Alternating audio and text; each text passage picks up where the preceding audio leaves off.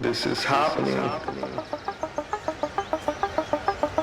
Let me just do what I love to.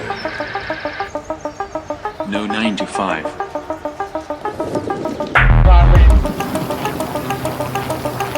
Eat that frog. You gotta work hard. Risk comes from not knowing what you are doing.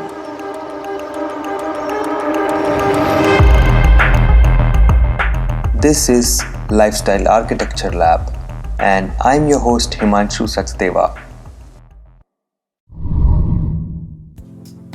Hello guys, welcome to another episode of Lifestyle Architecture Lab.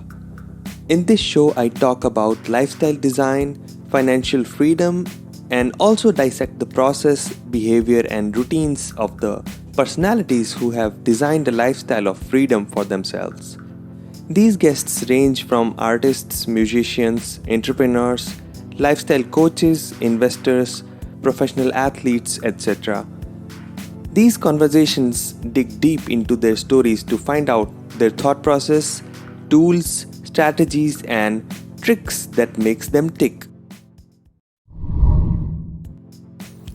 This podcast is brought to you by Audible.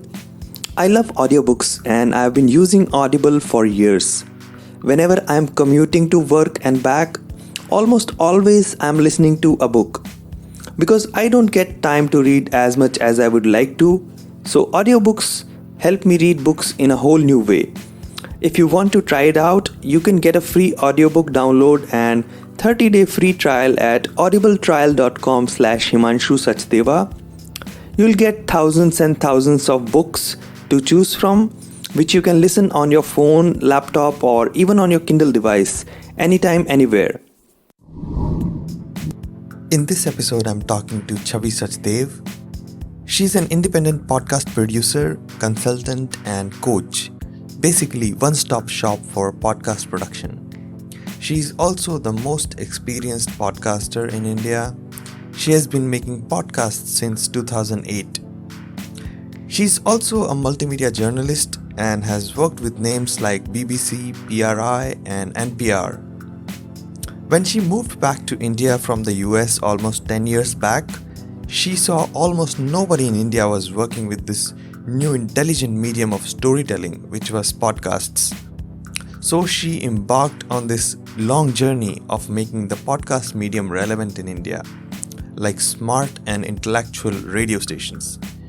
Meanwhile, Chhavi worked on interesting projects and co-founded IVM, which is a big podcast production company now.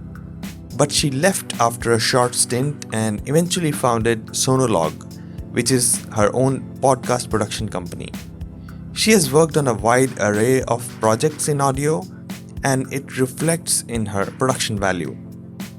Chhavi has also been conducting regular workshops for individuals, colleges, corporates, and NGOs. Her 4-hour crash course in podcasting is fairly popular.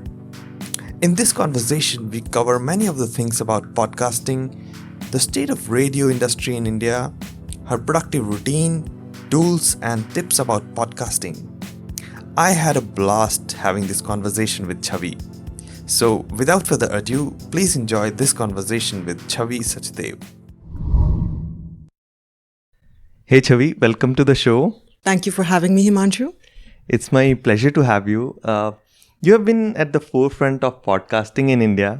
Since 2008, you have produced multiple podcasts like The State of the Radio, the LSD Cast, Tall Tales Takeaway, Bombay Talkies, NRI podcast, and recently you have worked with the Consulate General of Canada in Mumbai for their first podcast series, Canada in India show.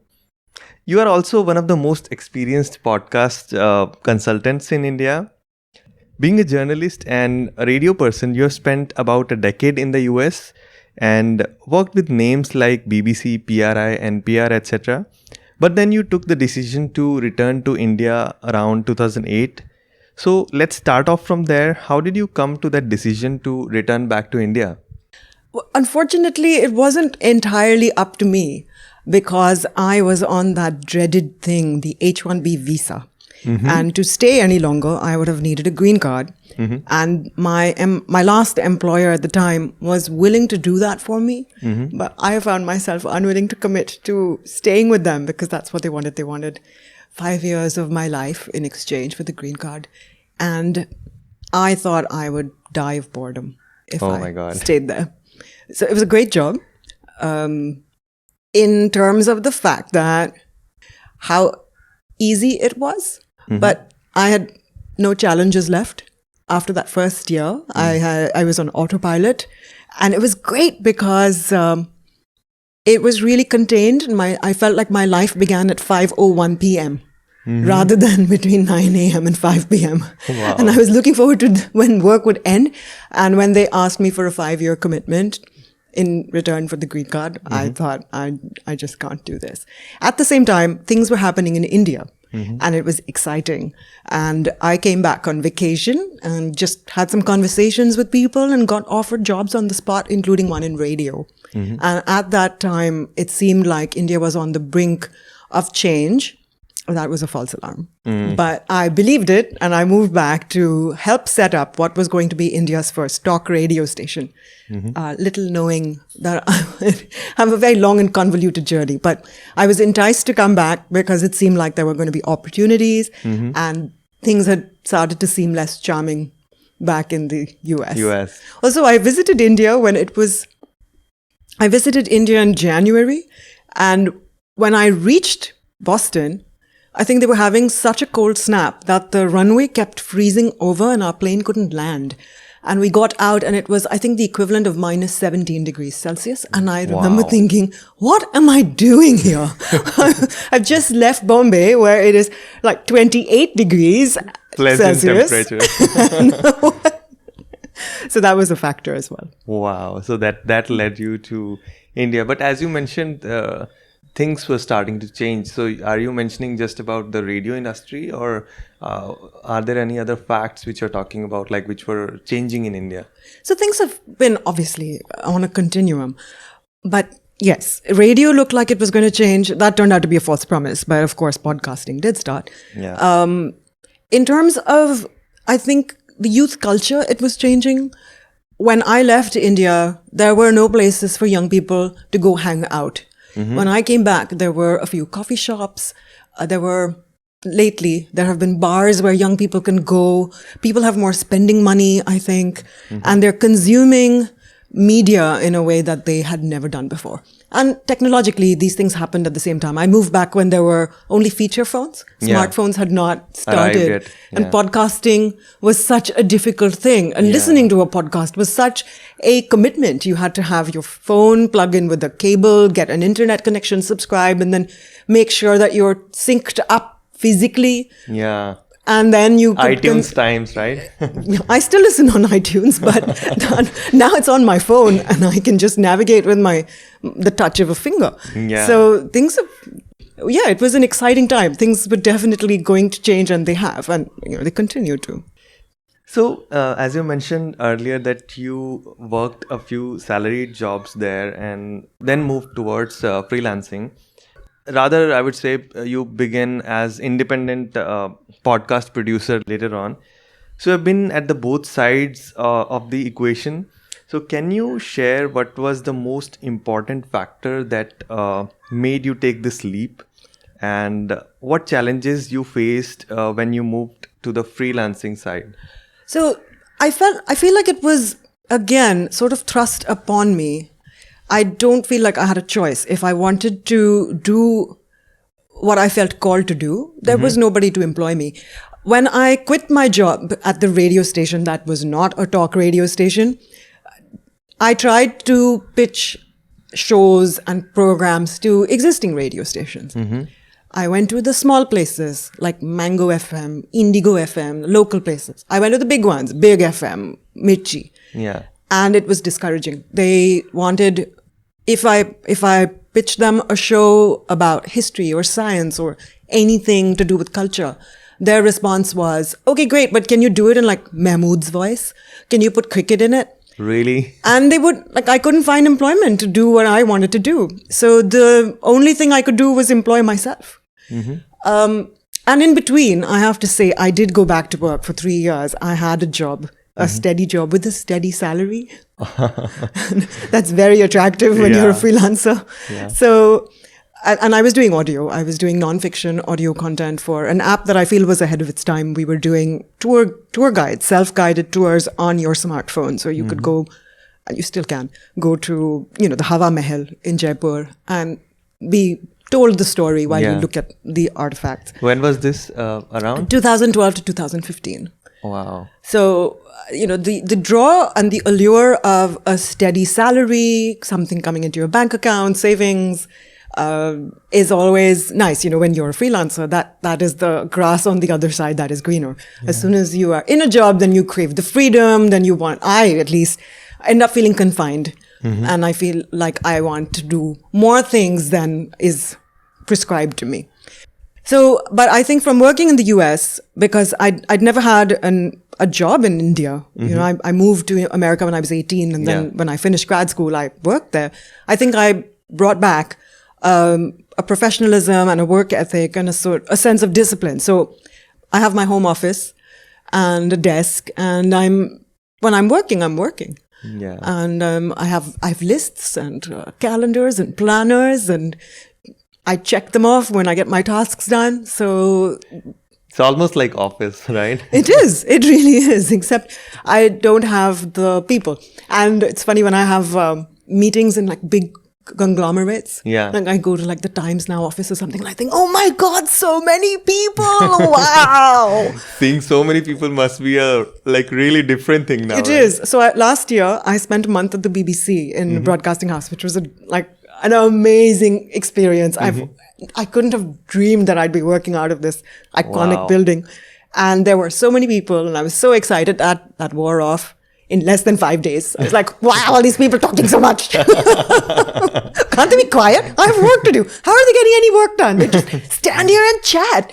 So I'm now spoiled. I like my little content cave. Yeah. You go in and you work your heart out. Absolutely. I think when you mentioned you moved to India and you went to the radio stations for work, so I think you also were ahead of time when you were working, telling them I'm going to do this show, you were pitching them. So I think you were also very much ahead of the time. Right now in 2020 or 2019, I think I started to see this kind of shows emerging, and that too via podcasting only, mainly. Radio stations are still not there yet. Radio stations, I think I figured it out a long time ago. They're very risk averse. To them, they understand the formula and they want to stick to it. Yeah. They understand the formula and they want to stick to it. They don't want to rock the boat. Even, I remember going to conferences back in 2009, 2010, where all these CEOs from different radio stations would say, we need to start a sports station. Wow. So fast forward 10 years later, has that happened? No. I mean, we're allowed to. The MIB allows that. You just can't put news, politics, news, religion, sex. So there's a whole world out there of information and programming that's not restricted, but nobody will do it. Yeah, and it doesn't make sense probably to the advertisers as well, because radio is mainly in India based on advertisement, as we see daily, listen to the radio. I no more listen to the radio, by the way, because out of 15 minutes of the content, it's more than half an hour of ads right now. It's true. When I worked in radio, I found out it was quite amazing. There are stations that have 4 minutes of talk in one clock hour. Wow. And there are some that go up to 8. Oh my God. The rest is ads and music. Yeah. And going a little back, when you moved to India, then you started out with the IBM, right? So you co-founded IBM at that time. That was more recent, yeah. In between, I was approached by something like 5 different people. So my strength has always been content. I'm a terrible salesperson. I don't even know where to begin. And I 5 different people over the last 10 years have approached and said, look, we'll take care of the business side. If you take care of the content, you want a partner? And I've always said yes. Yeah. But then there's been no money. until IVM. So Amit and I talked twice. Once, I think in 2014, and I told him, look, I've had this conversation before, and now I'm a little wiser. So I can't do this for passion anymore because all my time goes into that, and then I have no time to make something that makes me money. Right. And he said, all right. And I was astounded because a year later, he actually came back and said, I've got a backer. Are you ready? Wow. So hats off to him. He's worked really, really hard to make his dream and his idea of a niche into a reality. And look where they are now. I don't even know how many shows currently he's got, but so Quite many. a number of yeah, shows. across genres. It's amazing. So yeah, I co-founded it. I helped launch Made in India, my name. Yeah. Cyrus says. I'm on the first 30-something episodes with him. Yeah. Mostly off mic because Cyrus, if you're listening, you don't give anybody else a chance to speak. And then we decided that we needed to do separate things. So I went back to Sonologue and independent podcast production. Wow. And dialing back a little, you have had a very interesting combination of education as well, literature and then psychology and then journalism. How did they cross-pollinate in your mind, like when you were starting with your academics? So I actually was determined to be a clinical psychologist. Early in my life, I realized that people talk to me. And I say this with some hesitation because it sounds like I'm boasting, but it is the truth. And it's always been that way. People talk to me. And I think part of it is that I find everything really interesting. I find everybody really interesting. So I thought I would be a psychologist and then solve every problem for them, right? And sort it. I would listen, I would change their lives. I got to college in the US and I had the freedom to do more than just one thing. So I double majored in literature and psychology. And then I took a year off and I went to Poland where I did a double major in 3 years in the US, which is, so it normally takes 4 years to do college. And I sort of crammed it all in. I worked through the summer. I took the maximum number of classes that I could so that I could finish faster. I didn't want to finish later than everybody in India. So when I was done, I was really burned out. And I didn't have time at all, like literally didn't have time because I'd taken so many classes and I had so much homework and so many papers to study for my GRE. So I took a gap year. I went to Poland and that's my cat. One of my cats. Yeah. And They are today they are very active. yes, Zizi likes to join conversations. Tigger likes to join only when I'm doing video calls. So I will be doing some sort of video meeting, Zoom, Skype, whatever. He likes to be seen. He does not want me to be looking at something else. And usually he's sleeping, but as soon as the video starts, yeah, he wants to join in. So, yes. And college. So I took the year off. Yeah. And I was going to use that time to prepare for the GRE and take the exam and ace it, and then apply to master's degree programs in the US. And when this is pre-internet. Actually, internet had, of course, started, but I was in rural Poland where the only internet was in the mayor's office. And you had to walk to it? Well, the office was very close by, but the mayor was also in his office, so I couldn't be like, hey, move over. Move over. I need to access internet. Yeah, can I look at some brochures for grad schools? So I had paper brochures coming from the US in the mail, and I went through them and I would bookmark the psychology programs. And then I would find myself flipping through it and looking at the journalism programs instead. And it just seemed fascinating. What fascinated you in that? So I'd written for the college paper, I'd written for the school magazine, and I just, enjoyed it. But I was very clear that I didn't want to study literature further because I felt like too much theory and stuff would kill my enjoyment of the books. And psychology seemed like what I'd always wanted. Yeah. But the journalism program would just keep drawing me because it just sounded so interesting. And then it finally occurred to me that there was a synergy that I had not realized before, which is that I like literature because it's stories. Yeah. I like psychology because it's people's stories. And with journalism, I can do exactly that. I can tell them. And so I switched. Tell them to the world. Tell them to the world. And I am, fairly nosy. And journalism gave me front row seats to people's lives with permission to ask them questions. Wow. That's And amazing. then, I started around the dot-com boom. So in 2001, when 9/11 happened, which was the day I graduated master's, Wow. my master's from Northeastern in journalism, I ended up working with a Science Newswire and then Boston.com. So it was the dot-com boom.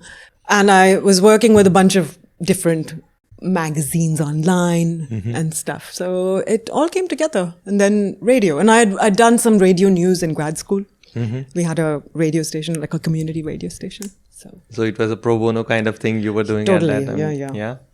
And as you earlier mentioned about the audio tours, which you were like producing at that time. So I got exposed to it very recently in 2019 when I visited Lal Killa in Delhi. So instead of a guide, I was intrigued to see the audio experience which was put there. So we got it and we got the headphones and then it started. So it was an amazing experience. Like it was the first time I was exposed to this kind of stuff. Fantastic. And I found it really amazing. So I just want to ask you if you have any specific story, like when probably you were producing this kind of stuff. So how would you do that? Any particular story coming to mind?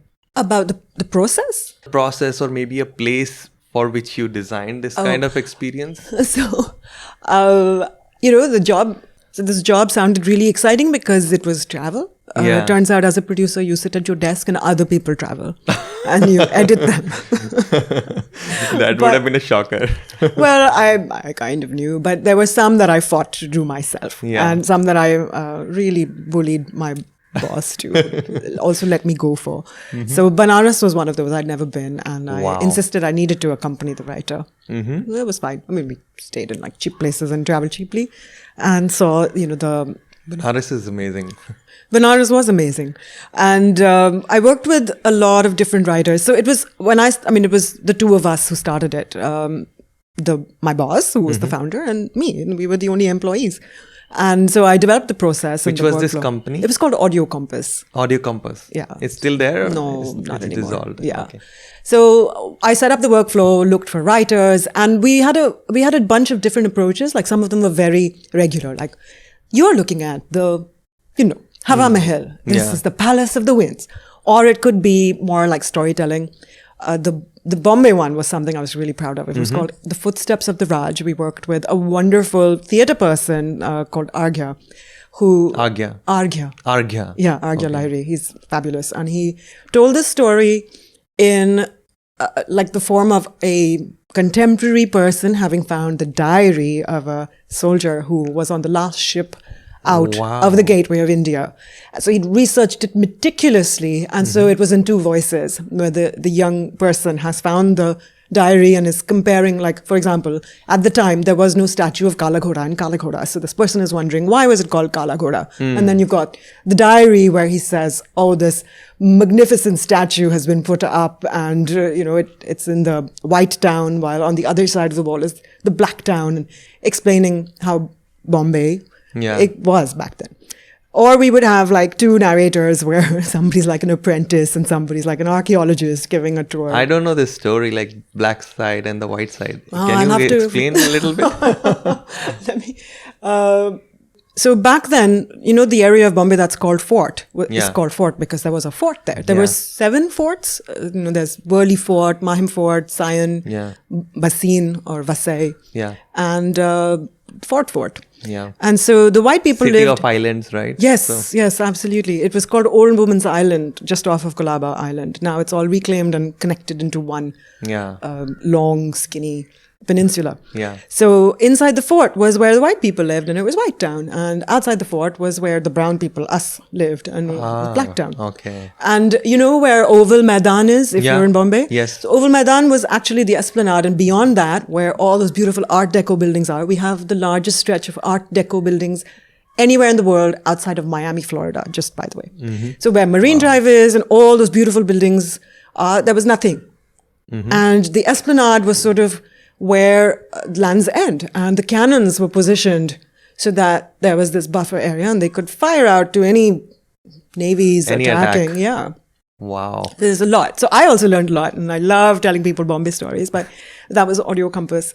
And one of the, I think the most gratifying parts was, of course, I learned a lot, but working with different people and their creative approaches. And then I learned studio work through that job. Until then, I'd been a DIY podcaster, working at home, usually at night, recording when traffic sounds are less. And then it was a privilege to get into soundproof studios and see really professional people doing their jobs with editing and engineering and working with voice actors. And we specifically got people from theater because it was stories.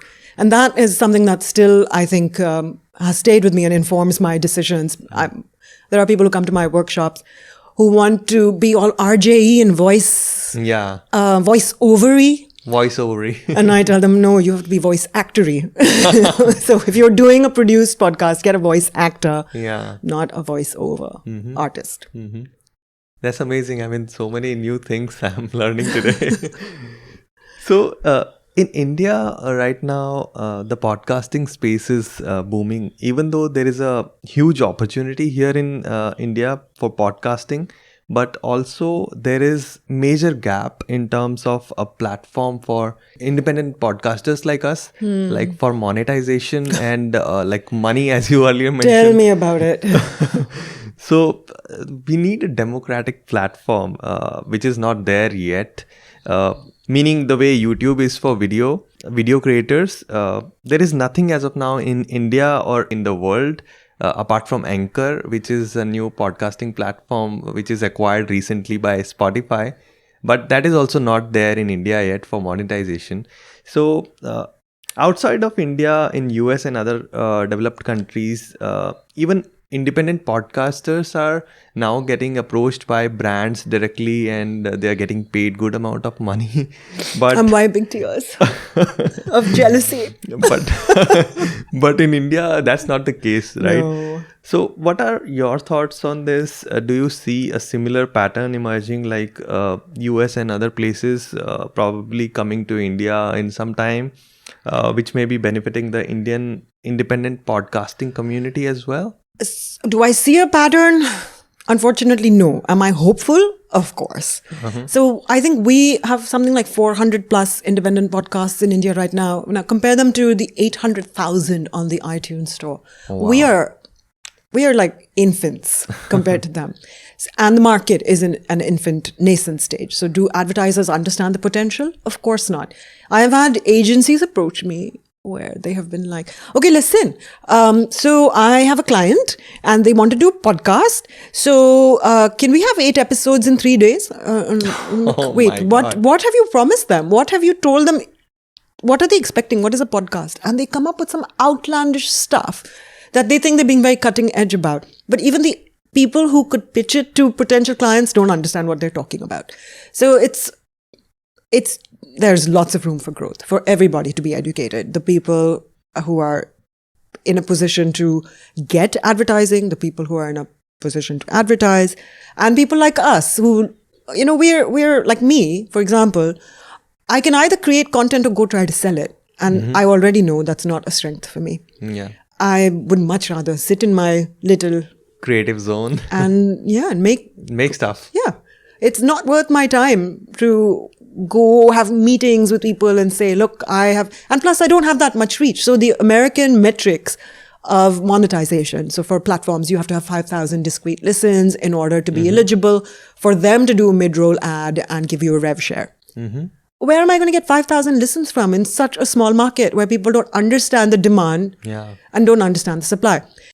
One of the reasons I started doing workshops is because I thought cleverly that if I increase the supply, it will increase the demand. Yeah. If I tell 10 people about a podcast, if I'm doing a podcast about love, sex, and dating, and I tell 10 people, maybe one will listen. But if I teach 10 people to make podcasts, and they're making a podcast about cars or plants or knitting, and they tell 10 people, at least the ecosystem will grow. So that was the reasoning for just trying to enable people to do their own podcasts and grow it. Some of my alumni have gone ahead and created podcasts. I think I scared some away because I told them it's actually hard work. Yeah. And It's a lot of hard work. It is a lot of hard work. It's a commitment. Yeah. And some people have the drive to push through it, and I want to enable those people to do that. So the more independent podcasters share and lean on each other, the more I think the ecosystem will thrive. Can we get a platform together where we collectively get funding or advertising that we share? Of course. Am I the person who can do that? Are you the person who can do that? Probably not, but maybe somebody listening to your podcast could put that together. That would be amazing if like we get a representative. Yeah. So people who are listening, any product people, if you want to make a product, this is the one you should go for. Right. Help independent podcasters monetize them. There's enough of the pie to go around.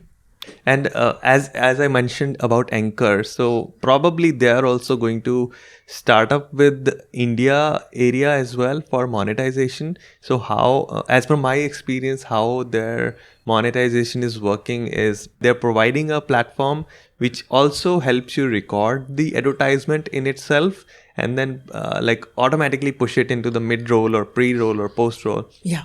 So it is almost like YouTube, like for video creators, right? So I think that's also going to be a platform for go-to podcasters who want to monetize their podcast. But I think there are more platforms required, of course, to make them more competent as of now. Definitely. And also, I feel like unless a particular platform is offering you, how PG is your audience? Can I say shitload? Yeah, of course. It's explicit. Awesome.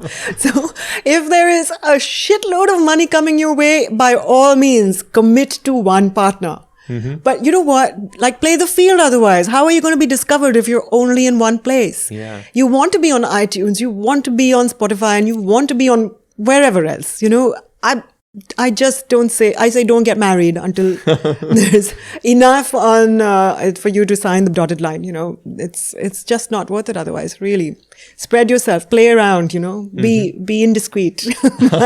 Otherwise, people will not find you.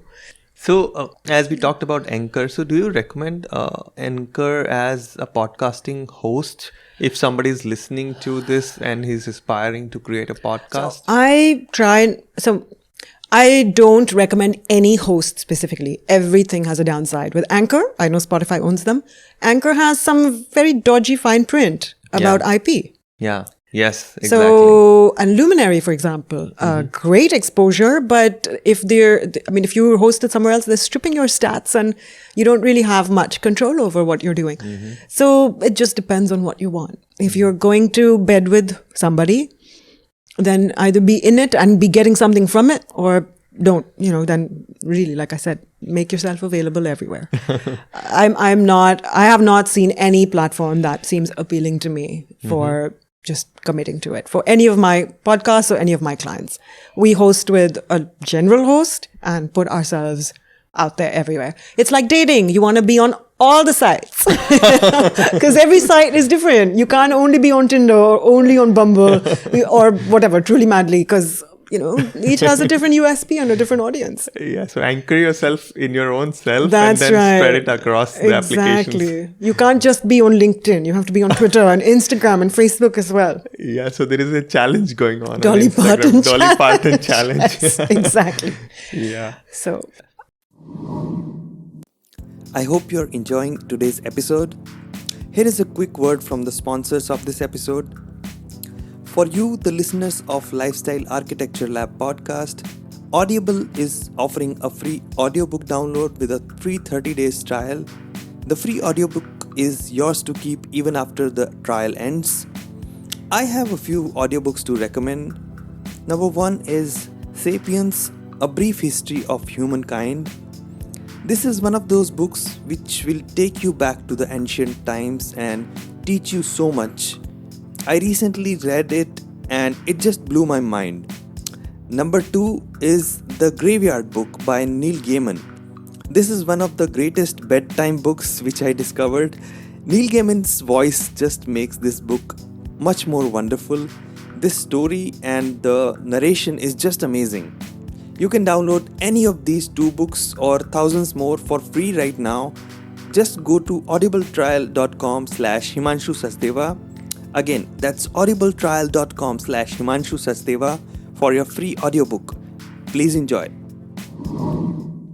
So, moving towards a little bit of personal side, how does your typical day look like?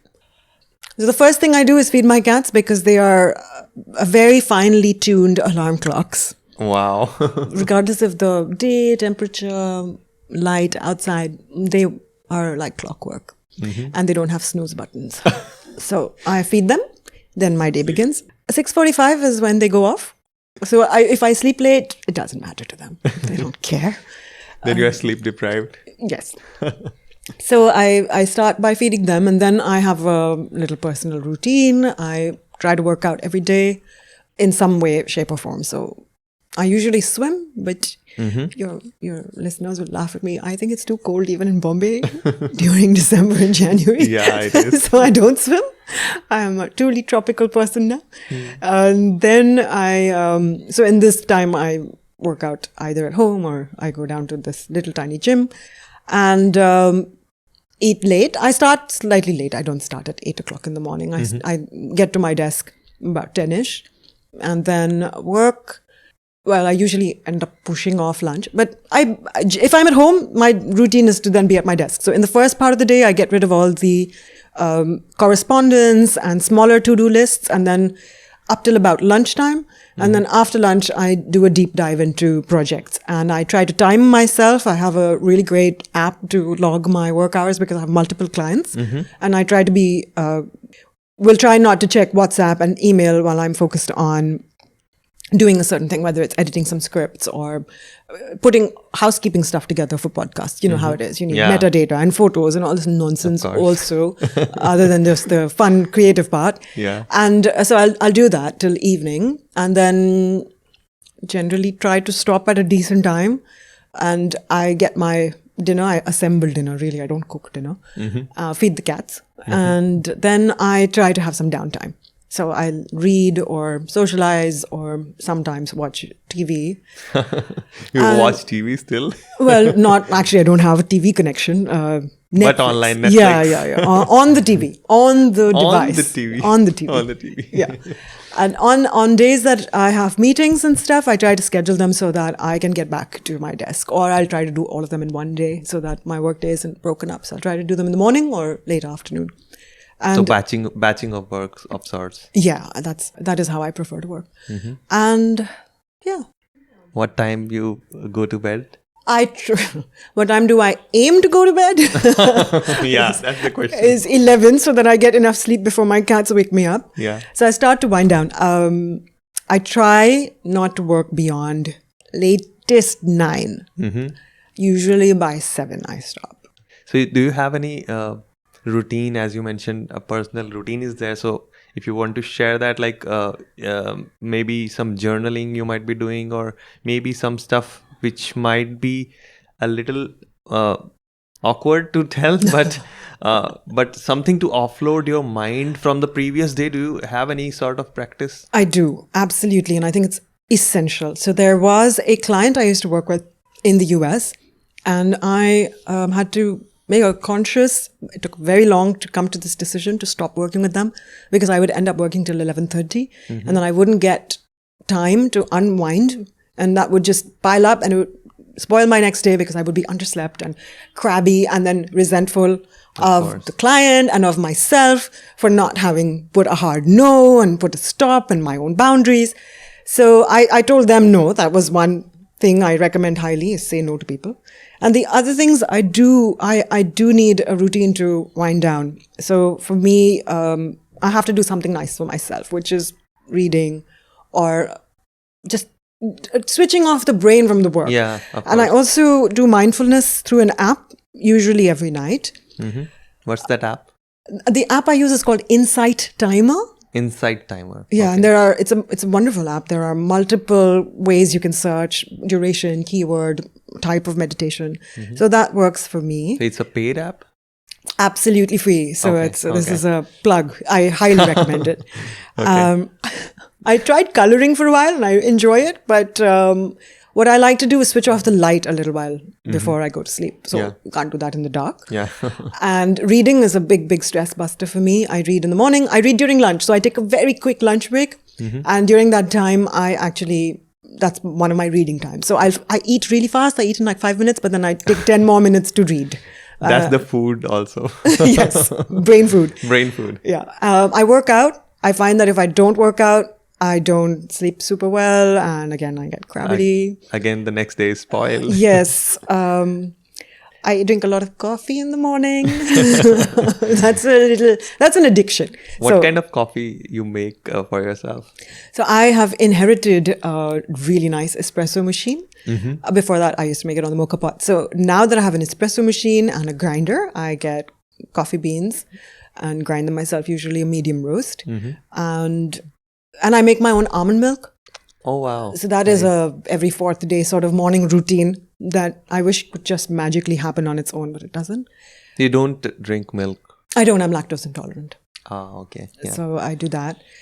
And I think all these things work and then I prep my dinner, and all these things help to unwind.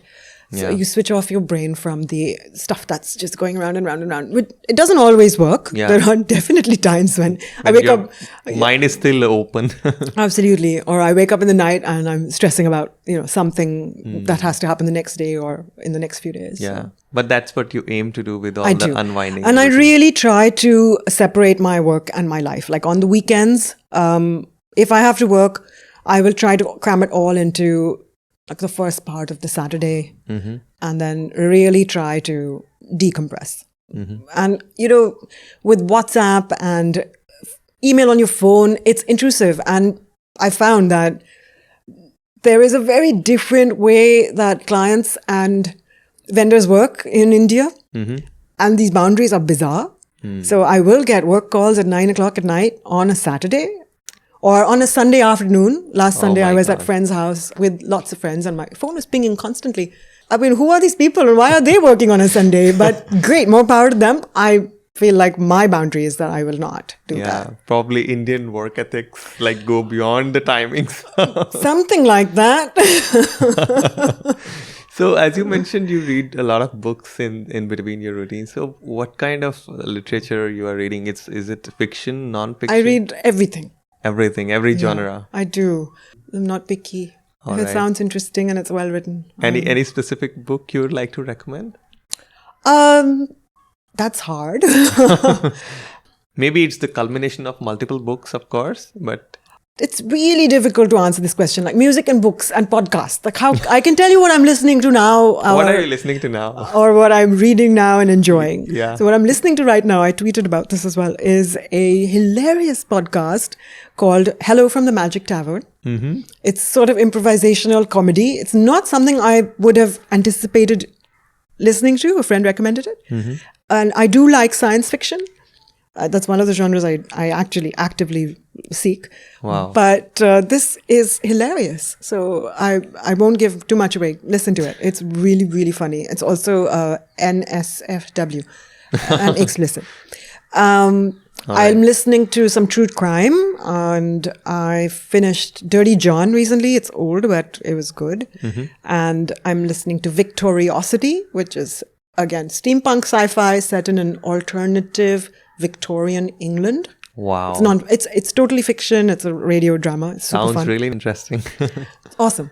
And then I listen to, The World from PRI and The Daily produced by the New York Times.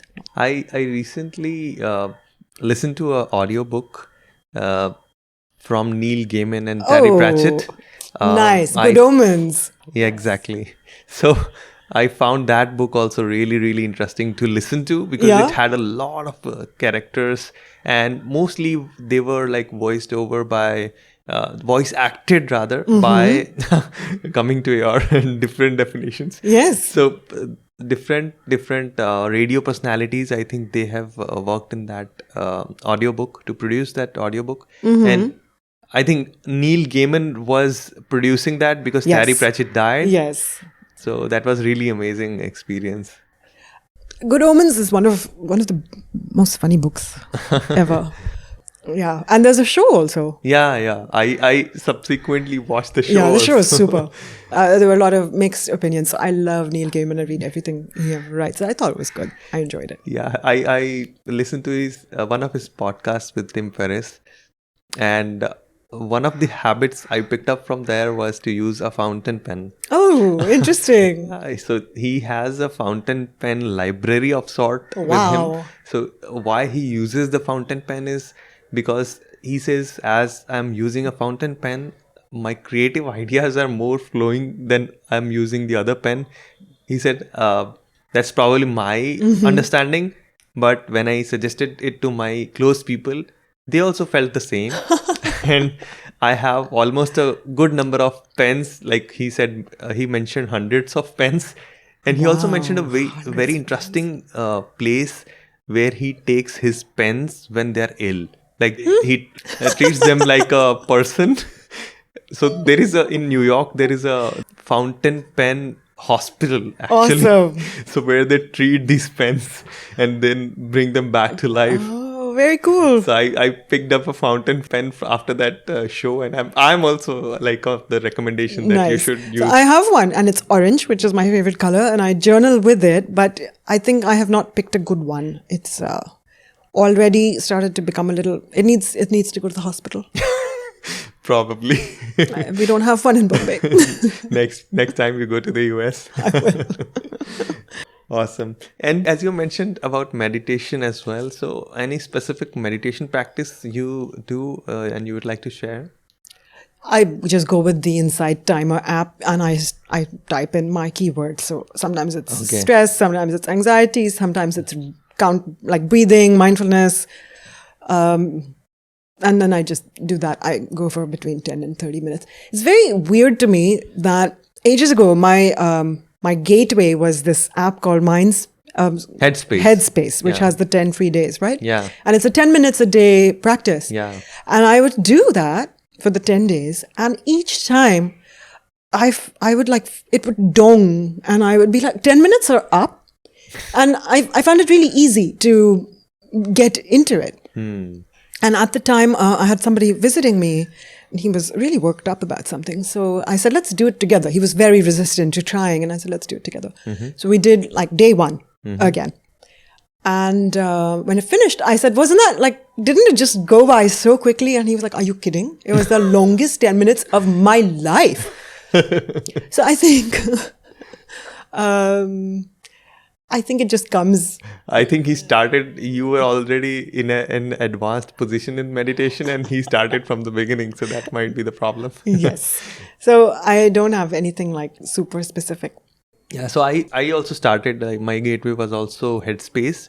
But then I moved to another app which is called Zen Friend, and it was being sold. So I almost like bought it as well as an app, but eventually the deal didn't go through.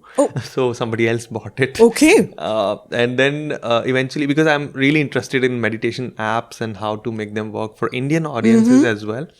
So eventually I'm freezed right now at Waking Up. Which is an app created by Sam Harris, PhD. He is an American speaker and author who is very, very, very much focused on meditation and religion also. He's very outspoken about religion, especially versus Christianity and versus Islam. But he is a really interesting personality, and eventually the meditation app he has put out, he has spent hundreds and hundreds of days outside of US, spending it with, he has been a monk as well himself, I think, and he practiced with monks, and eventually he has been to various places and tried out various techniques before he launched his own meditation app. It's on similar path to Headspace, but it has 50 days of meditation, but it's not free. But from day one, he starts in getting into your bones. I mean, his voice is amazing, first of all, and his practice, the method he tells you, it's amazing. You just need to experience it. I'll check it out. Yeah. So in Insight Timer, what I like is that there are a lot of well-known people who are on it. And I have the free version because I don't do the courses. So it brings together practitioners from different fields and different kinds of practice. So the person who's really well known for self-compassion, Kristen Neff, then Tara Brach. And then there's this other person called Kenneth Suarez, who does affirmations and deep sleep. And I have to say, Kenneth has really been very helpful for me. When I was traveling over the summer, I was in the US for almost a month, and before that I was in the UK for almost a month. And as I've grown older, my jet lag has just gotten out of control. Time zones. And Kenneth, I've never like stayed awake through a single meditation of Kenneth's, and it's awesome. So he's really, really helped with jet lag. That's amazing. And as you mentioned, of course, everybody uses apps and gadgets these days. So what are a few apps and gadgets which you use to make your life a little better? So I have, I have my recorders and my microphones for my work and headphones. So what, sorry to like take a different path. What kind of audio equipment you use, and what is your favorite one? I mean, the mics especially. Mics, I'm using a Shure, same as this. Okay.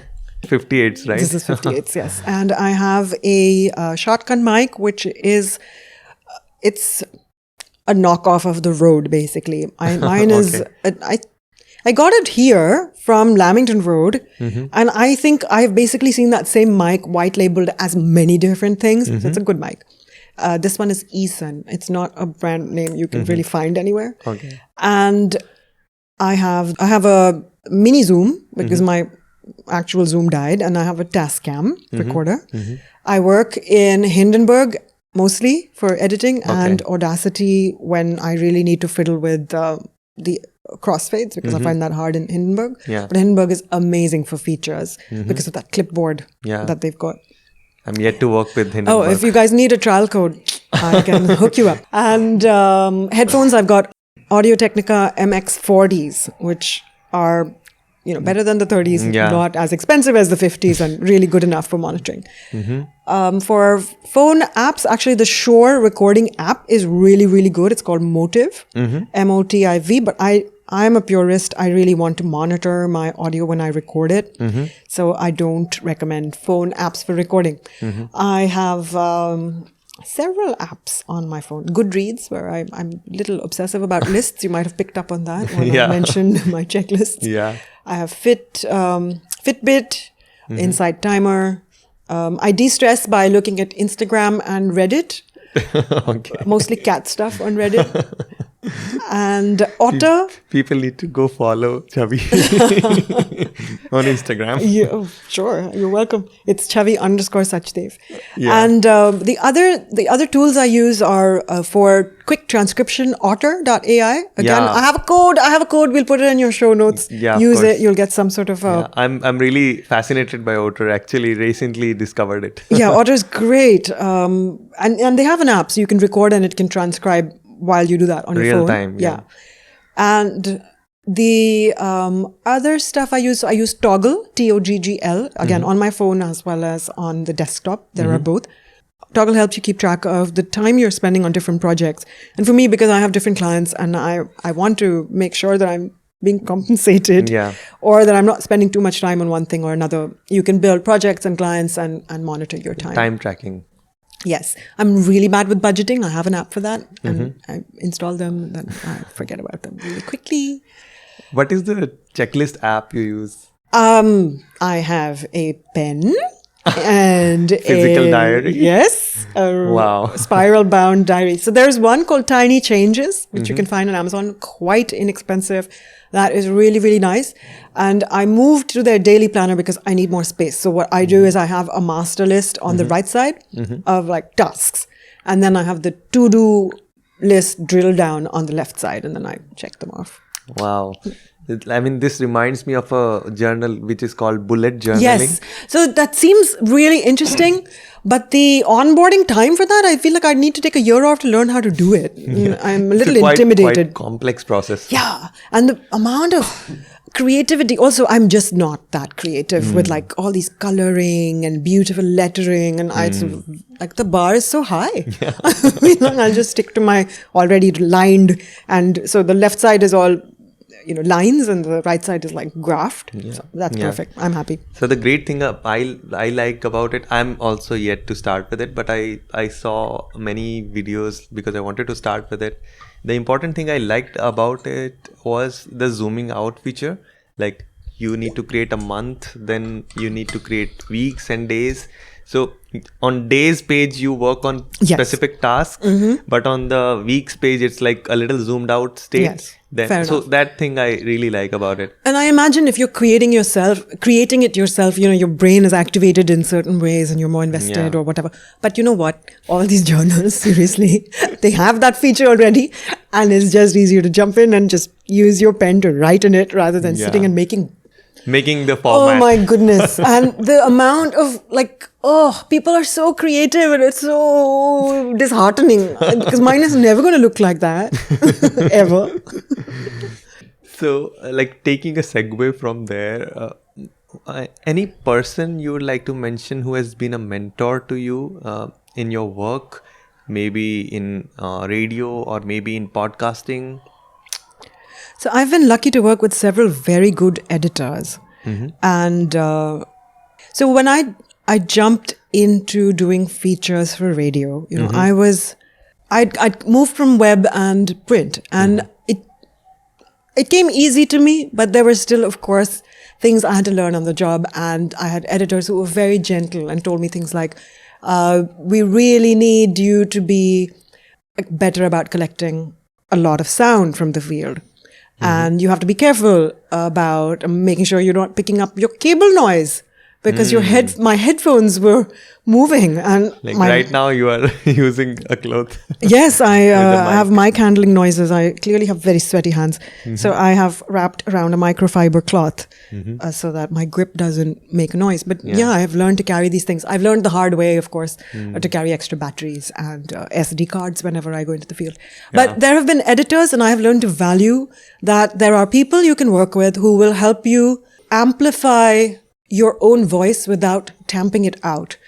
And those are the PRI, for example, and BBC, and this one wonderful editor at NPR named Mark Silver, who I will give a shout out by name because he is delightful to work with. They will help your words and your points and your sense of humor come through without shutting it down and just improving your points or rearranging stuff and saying, if you move this higher or, go in this format, like zoom out, zoom in, personal story, and then make the point.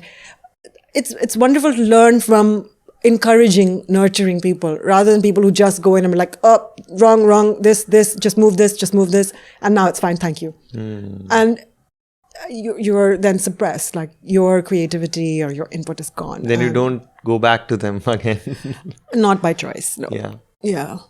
Working with such kind of people probably brings out creativity more than it usually is there. Definitely. And so I try to be that kind of person with the people I work with. If, they have a vision, they have a voice, then my job is to make sure that it just is better. It's not my voice. It's not my ideas or my opinion that counts. I'm a conduit. And I've always felt like as a journalist, a radio journalist, that was my job, is to present other people. So shout out to Sonologue here. Like if any brand is listening to this and they want a podcast, so Chhavi is the person to go to. Yes, always. Thank you.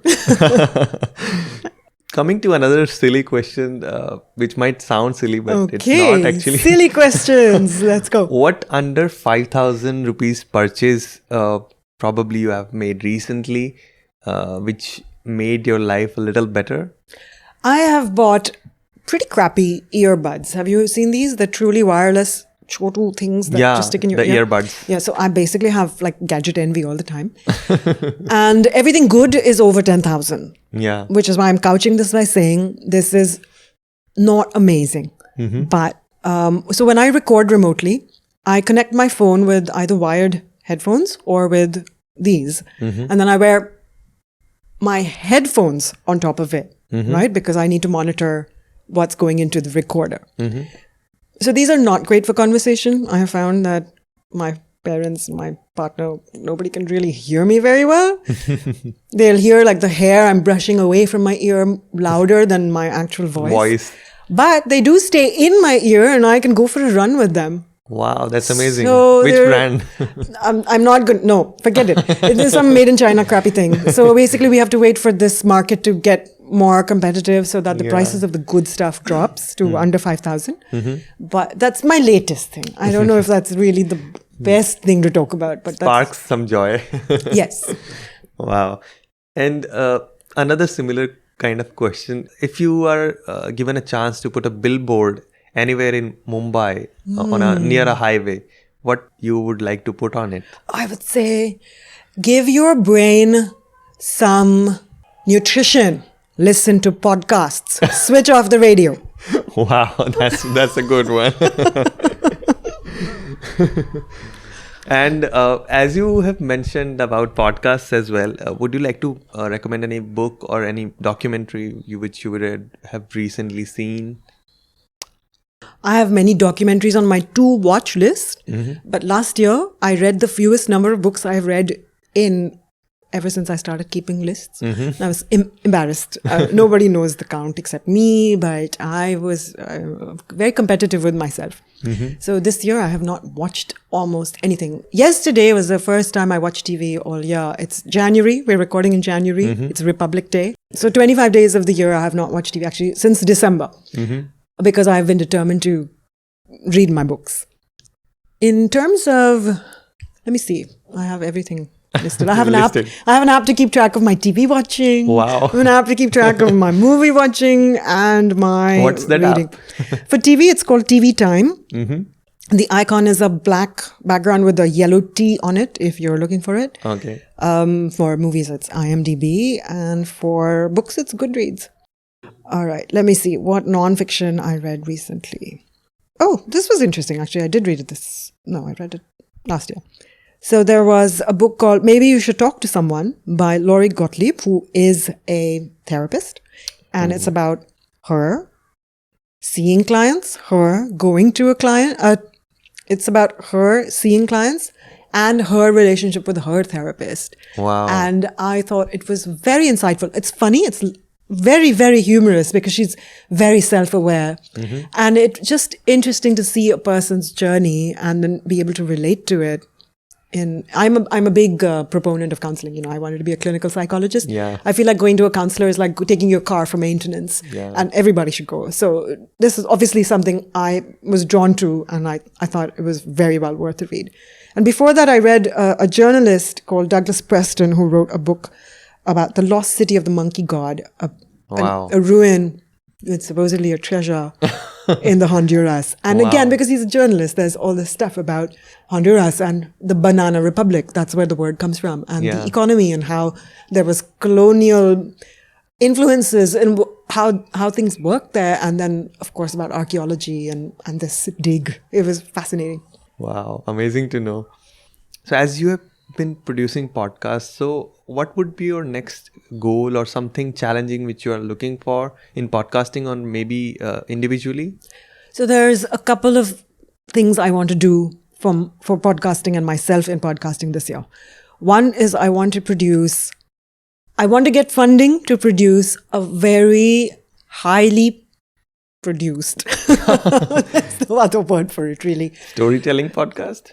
True crime. I have, Wow. I want to really use a lot of archival material and spin it out so that it's really compelling. And I have made some inroads. I just need to get green lighted. Wow. I would really love to do that. It's been something the documentary maker and I have been talking about for 4 years. And neither of us has the resources to commit to this and make it as good as it should be without external money coming in. Yeah. So that's one thing I'd like to do. Wow. I think in India, recently horror genre has been very highly consumed. Yes, but that's true. I think suspense and thriller is something else. True, and this is a horror, non-fiction, true crime. So I think it should check all the boxes. Yeah. And the second thing I want to do, which you know, because Himanshu, my lovely host here, is my support and champion in this, is I want to really grow the community of independent podcasters. Yeah. Because I think we don't have a level playing field. And if we don't support each other, we're just going to be floundering on our own. Yeah, I think the community building needs to be done in a very passionate way, and I'm really excited about it. Passion we've got.